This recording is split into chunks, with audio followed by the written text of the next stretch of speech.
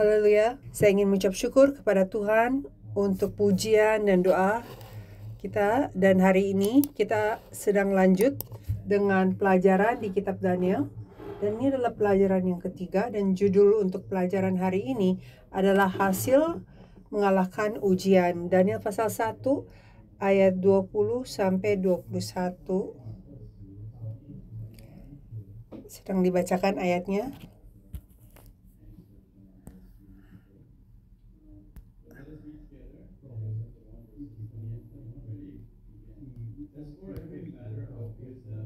Daniel pasal 1 ayat 20 sampai 21.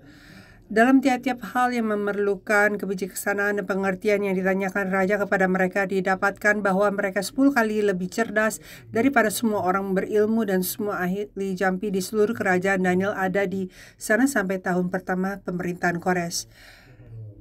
Terakhir kita tuh bahas mengenai uji-ujian yang dihadapi oleh Daniel, diuji melalui makanan, belajar, dan budaya, dan lain-lain. Angkat tangan seandainya kita tidak mengalami ujian apapun. Ada gak di sini? Tidak pernah tidak mengalami ujian atau cobaan. Wah, sangat luar biasa. Berarti bagus, semua orang sedang melalui ujian sekarang. Selamat semuanya.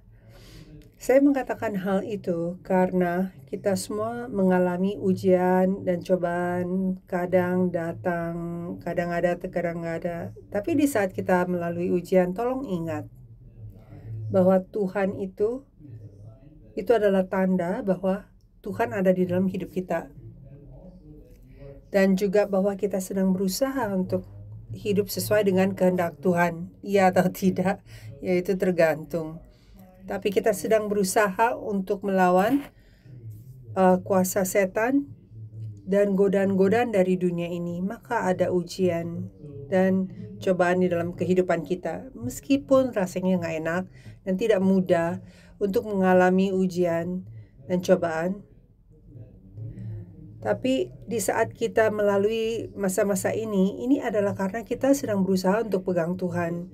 Dan saya doa dan memberkati kamu dalam nama Tuhan bahwa kita seluruh Gereja Sion akan mengalahkan dan melihat hasil dari mengalahkan ujian itu, sama seperti Daniel. Daniel itu menunjukkan puncak dari iman dia di saat situasinya itu paling parah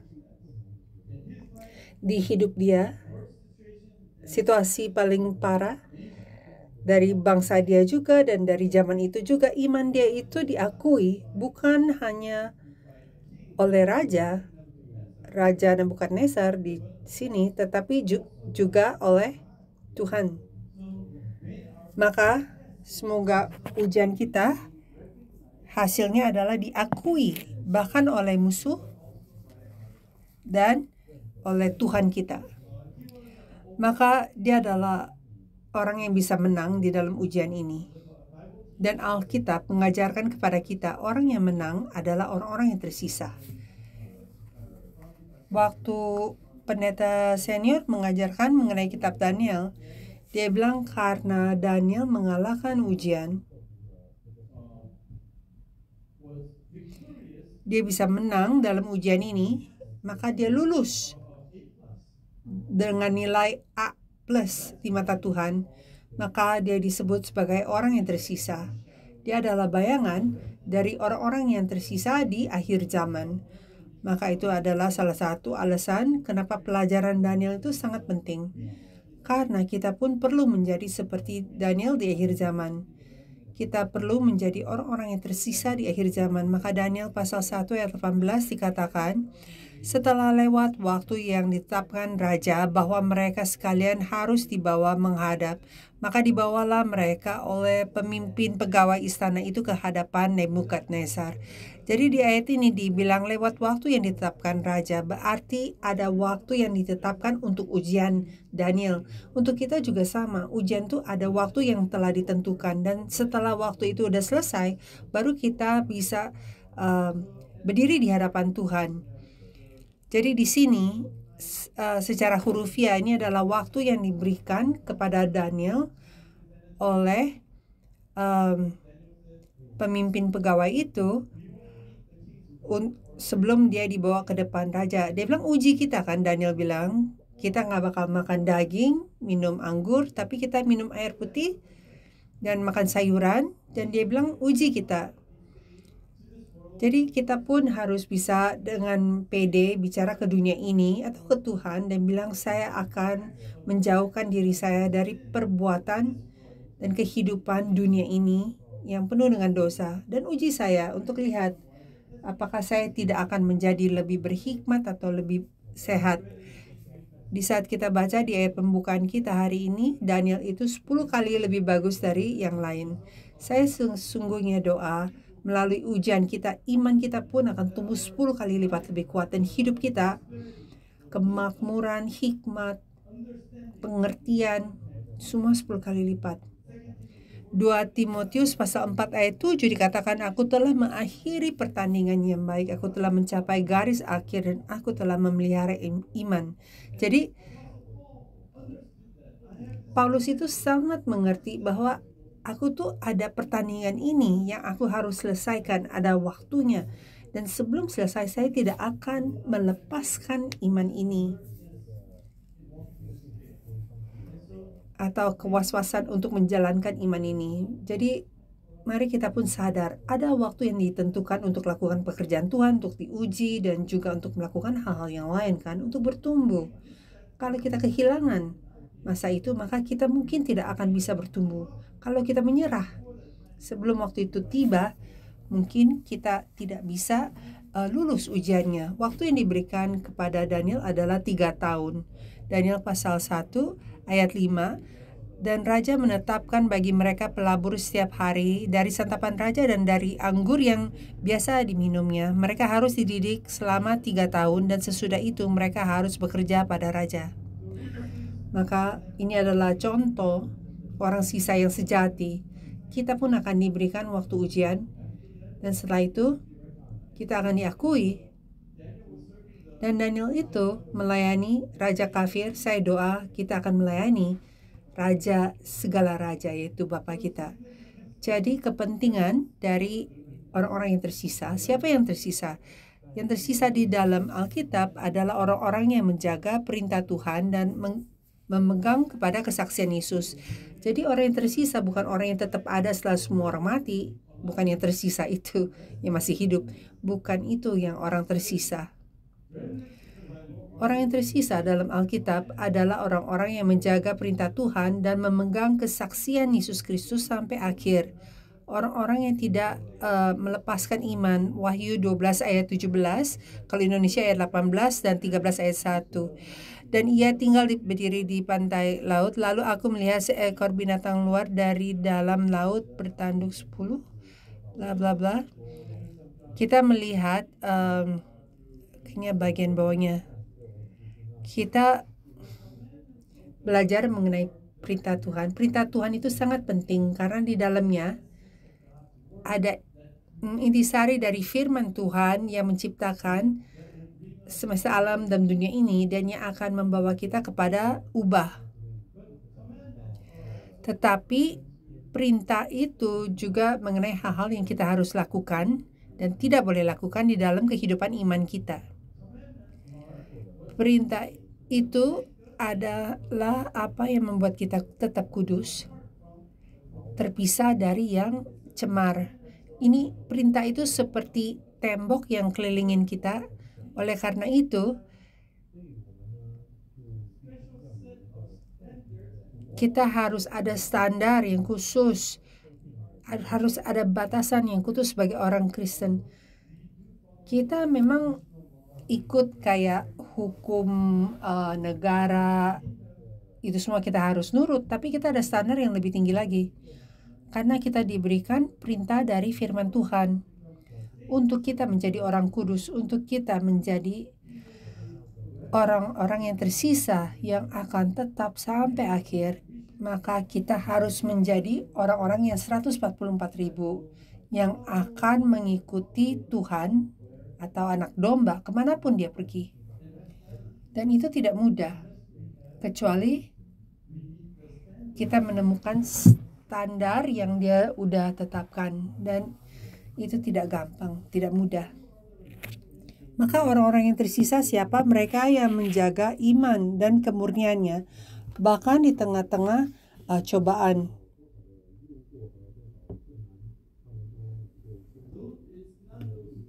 Bukan orang-orang yang berkompromi sesuai dengan lingkungan, budaya, terus perintahnya dibikin lebih fleksibel karena keluargaku, temanku, atau situasi aku. Tetapi ini orang-orang yang jaga kemurnian bahkan di tengah-tengah godaan dan cobaan. Yesaya pasal 6 ayat 13 dikatakan, dan jika di situ masih tinggal 10% dari mereka harus sekali lagi ditimpa kebinasaan, namun keadaannya akan seperti pohon beringin dan pohon jawi-jawi yang tunggalnya tinggal berdiri pada waktu ditebang, dan dari tunggal itulah akan keluar tunas yang kudus. Jadi kalau pohon gede itu ditebang, dipotong, misalkan ada bom meledak, ada perang, dan seluruh hutan kota itu semua habis hancur, tapi tiba-tiba ada masih tunggul dari pohon itu yang tersisa, dan saya bilang itulah orang-orang yang tersisa dari umat Tuhan di saat kehancuran datang ke seluruh dunia. Dan apapun yang tersisa, dan kelihatannya pohonnya udah mati kan, tapi setelah dia jatuh dan terpotong, tunggulnya masih di sana, dan itu adalah benih yang kudus. Maka saya doa setiap jemaat anggota Gereja Sion akan menjadi benih Tuhan yang kudus itu yang tetap tersisa. Yesaya 10 ayat 22, sebab sekalipun bangsamu hai Israel seperti pasir di laut banyaknya, namun hanya sisanya akan kembali. Jadi siapa orang yang tersisa? Itu seperti tunggul dan juga orang-orang yang akan kembali. Jadi ada banyak orang yang menganggap dirinya orang Kristen, tetapi yang benar-benar kembali untuk berdiam dengan Tuhan kita, merekalah yang orang tersisa. Jadi Tuhan telah memastikan datangnya kebinasaan, dan dari situ timbul keadilan yang meluap-meluap. Zefania 3:13 yakni sisa Israel itu mereka tidak akan melakukan kelaliman atau berbicara bohong. Jadi orang yang tersisa tidak akan berbicara bohong, dan mereka tidak akan terdapat lidah penipu, ya mereka akan seperti domba yang makan rumput dan berbaring dengan tidak ada yang mengganggunya. Jadi orang yang tersisa, Pendeta Abraham Pak mengatakan, adalah orang-orang yang pegang iman dan benih dari perjanjian di antara janji dan penggenapannya. Jadi agak sulit untuk dimengerti ini. Jadi ada janji, lalu ada penggenapan kan? Harus ada sesuatu yang menyambungkan janji dan penggenapan itu. Karena biasanya mereka itu ada di generasi yang beda. Jadi janji dikasih ke Adam, penggenapannya dikasih kepada atau dilihat di dalam zaman Yesus. Orang-orang tersisa adalah orang-orang yang menjadi sambungan, yang akan menyambungkan dari generasi ke generasi. Mereka adalah jembatan yang memastikan bahwa iman perjanjian itu terus diturunkan. Yesaya pasal 1 ayat 9, seandainya Tuhan semesta alam tidak meninggalkan pada kita sedikit orang yang terlepas, kita sudah menjadi seperti Sodom dan sama seperti Gomora. Tanpa orang-orang tersisa, semuanya akan binasa dan hancur, semuanya imannya akan hilang. Contohnya, di saat Israel kembali dari Babel ke Yerusalem, mereka yang datang dengan firman, lanjut hidup dalam iman, adalah orang-orang yang tersisa. Kenapa? Karena mereka kembali di tanah yang baru. Bagaimana mereka mendirikan, bagaimana mereka membangun bait suci, bagaimana mereka membangun komunitas iman. Mereka yang membawa benih dari firman Tuhan dan menabur dan bertumbuh menghasilkan buah. Maka Pikirkan tentang keluargamu, dunia yang kita sedang jalankan sekarang. Setan itu sangat sukses untuk menghancurkan semua benih-benih itu, semua iman itu. Ya kan? Orang hidup, banyak orang. Saya bukan mau menghakimi atau menyalahkan atau apapun, mengkritik. Tapi ada banyak orang yang bilang dirinya Kristen, tapi hidupnya bukan hidup orang Kristen. Mereka menghibur diri sendiri, bilang, oh saya ke gereja. Tetapi hidup mereka, filsafat mereka, kepentingan mereka tidak ada yang sama. Apakah mereka tahu firman? Apakah mereka baca Alkitab? Saya bilang mereka. Tapi kalau saya tanya diri, apakah kita hidup menjalankan kehidupan Kristen yang sebenarnya? Setan itu sukses untuk membuat kita nyaman. Oh, kamu kan Kristen, kamu ke gereja setiap minggu. Tapi di mata Tuhan, apakah kita sungguh-sungguh orang Kristen? Dan di dalam dunia yang jalan arahnya ke sana, di mana ada banyak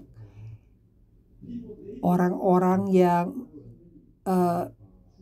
dibilang orang Kristen, tapi sebenarnya tidak banyak yang sesungguhnya Kristen. Siapa orang tersisa? Orang yang tersisa itu adalah orang yang akan kembali dan memenuhi mereka orang itu dengan benih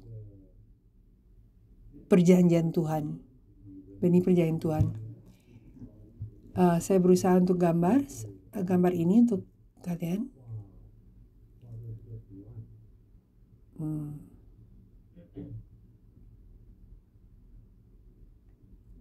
Itu apa?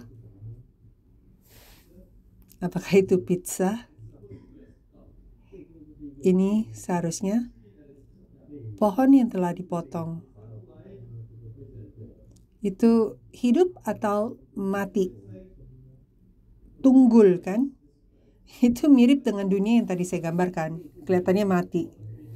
Semua iman yang telah dipotong. Tetapi ini sesuatu yang diajarkan oleh penatua dan penatua wanita, dan saya sangat-sangat kaget untuk tahu hal ini. Di saat pohon dicangkok, pohon-pohon yang berbeda,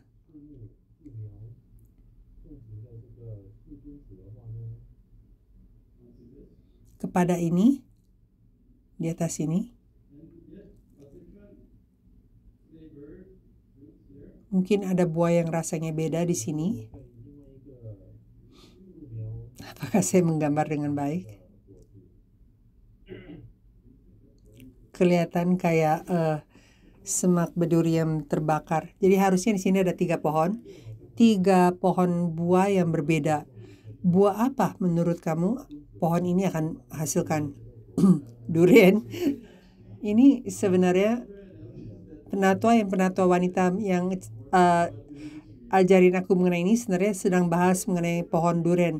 Ada pohon durian yang beda-beda kan, yang disebut mau sanwang atau phoenix atau black pearl atau black diamond, nggak tahu. Jadi rasanya beda-beda semua. Di saat dicangkokkan ke dalam satu tunggul yang besar, atau rasa apa yang akan dihasilkan? 3 rasa yang berbeda atau 1 rasa yang sama semua?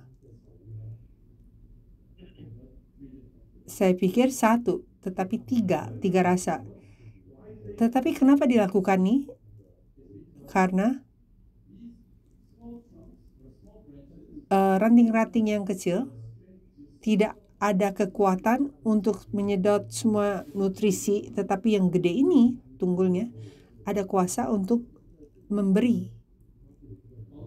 Meskipun yang besar ini terlalu tua dan dipotong dan tidak bisa menghasilkan buah dia sendiri, dia bisa memberi nutrisi yang cukup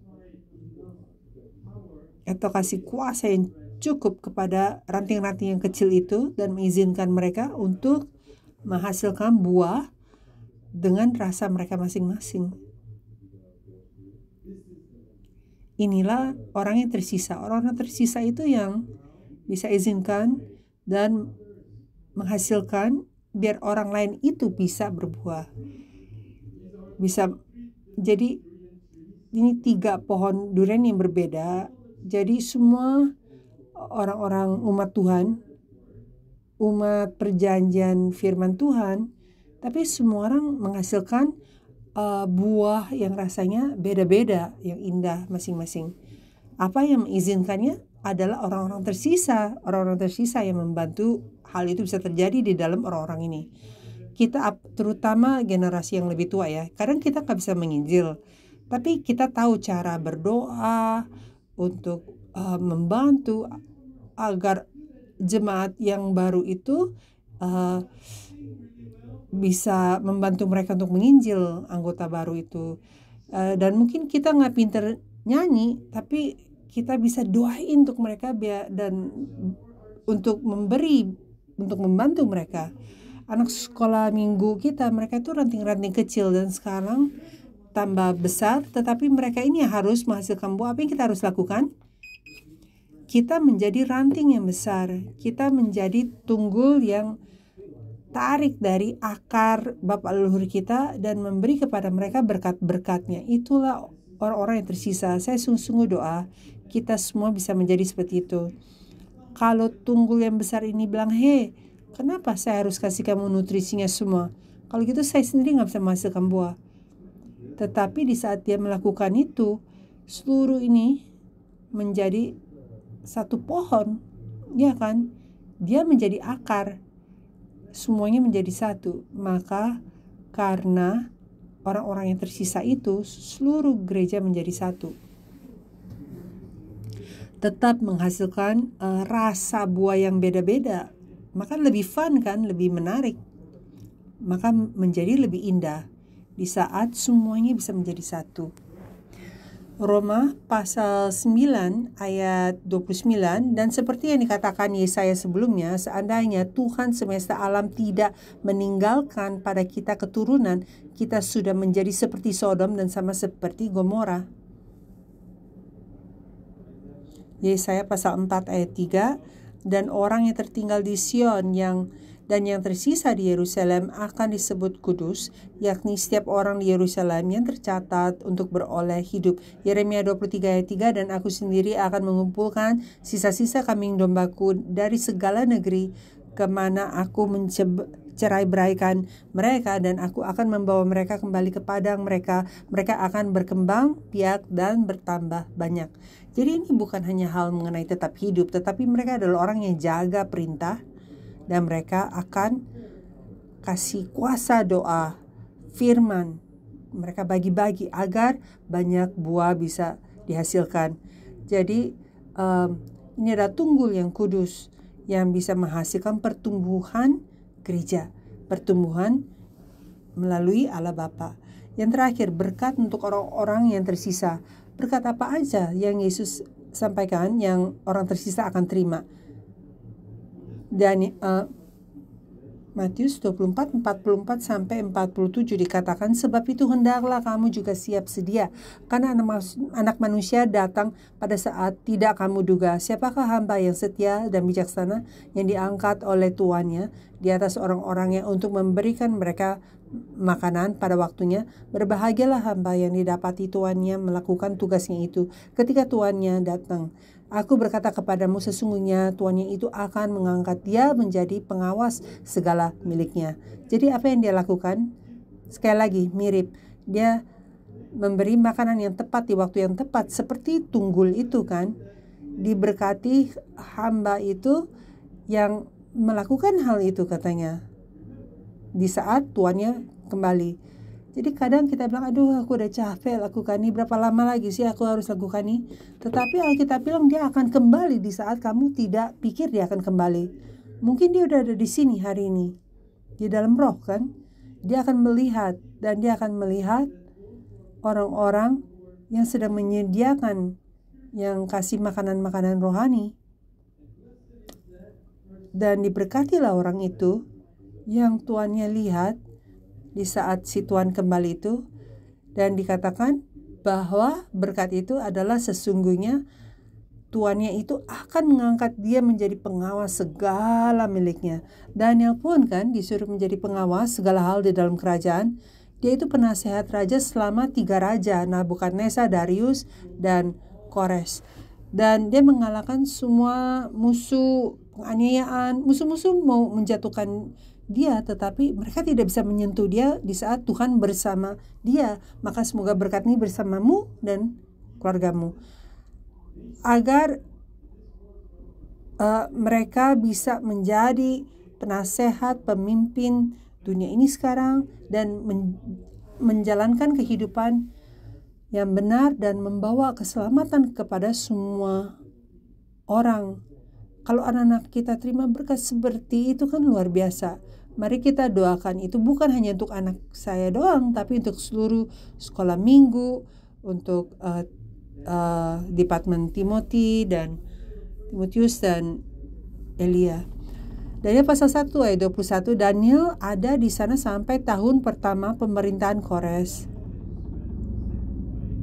Daniel dan teman-temannya itu dikuduskan, dipisahkan. Kenapa? Karena Tuhan menguji mereka. Bukan hanya ujian mengenai makanan, tapi mereka pun dilempar ke dalam api karena mereka tidak mau menyembah berhala kan. Dan ini adalah bayangan dari orang-orang tersisa yang sejati di akhir zaman. Oleh karena itu mereka terima 3 berkat. Mata Tuhan, kepedulian Tuhan, dan perlindungan Tuhan ada bersama mereka. Di saat kita membahas 3 berkat ini, dalam hati kita harus doa, Tuhan kasih berkat itu kepada saya. Dan tolong izin anak-anak saya, anak-anak kita, berkat-berkat yang seperti ini. Mata Tuhan, ketertarikan Tuhan, dan perlindungan Tuhan. Yang kedua, mereka mulai mengerti kehendak Tuhan dan pekerjaan Tuhan. Jadi mereka mulai mengerti pekerjaan Tuhan yang misterius. Dan yang ketiga, mereka bisa mengikuti dan menggenapi kehendak Tuhan. Untuk mengetahui itu satu hal, tapi untuk menjalankannya, untuk mengerti rahasia firman Tuhan. Tuhan tunjukkan kepada Daniel apa yang dia akan lakukan. Semua nubuat dan penglihatan, dan mereka bisa hidup sesuai dengan firman.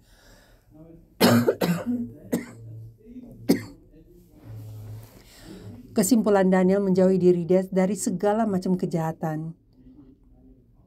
Mungkin susah untuk kita menjalankan itu, tetapi melalui kasih karunia Tuhan, melalui Roh Kudus Tuhan, saya percaya Tuhan akan menuntun kita biar kita tuh bisa melakukan itu. 1 Tes 5 ayat 22, jauhkanlah dirimu dari segala jenis kejahatan. Maka orang-orang yang bisa menang. Siapa yang menang? Dia menerima berkat orang-orang tersisa melalui iman kan? Referensi kita bisa lihat Roma pasal 9 ayat 27 dan Roma 11 ayat 5. Orang-orang yang tersisa adalah orang-orang yang menang. Bagaimana caranya kita bisa menjadi orang tersisa? Kita harus menang. Menang apa? Wahyu pasal 2 dan pasal 3 kita melihat 7 gereja dan surat Yesus kepada 7 jemaah atau 7 gereja. Dan Yesus selalu di dalam suratnya mengatakan kepada dia yang menang. Kepada dia yang menang, saya akan kasih kamu ini. Jadi mari kita pikirkan atau melihat ayat-ayat itu. Wahyu pasal 27 dikatakan, siapa yang bertelinga hendaklah ia mendengar apa yang Roh katakan kepada jemaat. Barang siapa yang menang, dia akan kuberi makan dari pohon kehidupan yang ada di Taman Firdaus Allah. Amin. Semoga kita menjadi orang tersisa dan bisa menerima pohon kehidupan sebagai upah atau hadiah. Apa yang kita harus kalahkan untuk bisa menerima hal ini? Kepada jemaat Efesus, Yesus bilang, kamu harus pulihkan kembali cinta pertamamu, dan itu yang kita harus menang. Jadi iman yang tidak bertumbuh, itu kita harus kalahkan itu. Kita harus pulihkan kembali. Jadi pulihkan kembali cinta pertama kita. Lalu dia katakan, dia menang tidak akan kena kematian yang kedua. Kalau kematian kedua itu adalah kematian yang kekal, menderita di neraka. Bagaimana caranya kita bisa menang? Akan ada kemiskinan, akan ada kelaparan, dan ada penghujatan oleh orang-orang yang mengaku diri Kristen, tetapi sebenarnya mereka tuh jemaat setan. Jadi kayak gereja setan gitu. Mereka bilang diri mereka Kristen, tapi sebenarnya mereka itu adalah gereja setan. Saya doa kita bisa mengalahkan. Akan ada kemiskinan, akan ada penghujatan. Semoga kita tuh diberikan mata untuk bisa membedakan apa yang benar dan apa yang salah, agar kita pun bisa menang atas semua godaan itu. Wahyu 2 ayat 17, siapa bertelinga hendaklah ia mendengarkan apa yang dikatakan Roh kepada jemaat. Barang siapa menang kepadanya aku akan kuberikan dari mana yang tersembunyi, dan aku akan mengaruniakan kepadanya batu putih, di atasnya tertulis nama baru yang tidak ada yang ketahui oleh siapapun selain oleh yang menerimanya. Ini adalah berkat nama kita ditulis di kitab kehidupan, dan firman yang tersembunyi, mana yang tersembunyi, maka kita harus mengalami pencobaan besar. Dan siapa yang akan terima itu? Orang yang bisa mengalahkan ajaran berhala, makan hal-hal yang diberikan kepada berhala, yang melakukan percabulan. Orang yang bisa mengalahkan hal seperti itu, mereka yang bisa menang. Kadang kita baca, makanan yang diberikan kepada berhala, saya tidak memakan itu. Tetapi kita harus dengan dalam memikirkan berhala itu apa, makanannya apa, dan apa yang dikorbankan untuk berhala itu. Itu semua ada di keliling kita sekarang. Banyak input yang masuk di mata, telinga kita, lewat internet, lewat media, lewat teman. Kita harus filter itu semua dan menjadi seperti Daniel dan mengatakan, saya tidak akan terima itu semua. Wahyu pasal 2 ayat 26, dan barang siapa menang dan melakukan pekerjaanku sampai kesudahannya, kepadanya akan kukaruniakan kuasa atas bangsa-bangsa. Dan dia menunjuk,